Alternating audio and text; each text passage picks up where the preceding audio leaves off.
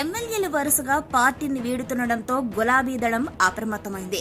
ఇప్పటికే కండువా మార్చిన నేతలపైన చర్చలకు సిద్దమవుతుండటంతో పాటుగా ఆయా ఎమ్మెల్యేలకు నిరసన తగిలేలా ఆందోళనలకు సిద్దమవుతుంది. భద్రాచలం ఎమ్మెల్యే తెల్లం వెంకట్రావుతో మొదలైన ఫిరాయింపుల పర్వం కొనసాగుతూనే ఉంది.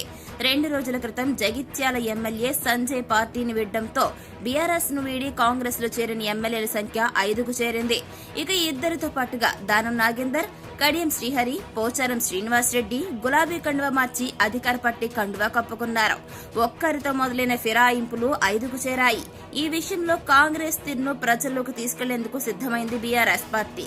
ఇక పార్టీ ఫిరాయింపులపై రాహుల్ గాంధీ గతంలో చేసిన వ్యాఖ్యలు, కాంగ్రెస్ మేనిఫెస్టోలో పెట్టిన అంశాలను ప్రజల్లోకి తీసుకెళ్లాలని నిర్ణయించింది.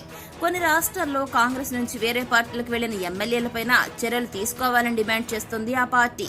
అదేవిధంగా మీ పార్టీ విడుదల చర్యలకు పట్టుబడుతున్నారు, ఒక రాష్ట్రానికి ఒక రూల్ ఉంటుంది, అదేవిధంగా మరో రాష్ట్రానికి మరో రూల్ ఉంటుందా అని కాంగ్రెస్ ను నిలదీసేందుకు సిద్దమైంది బీఆర్ఎస్.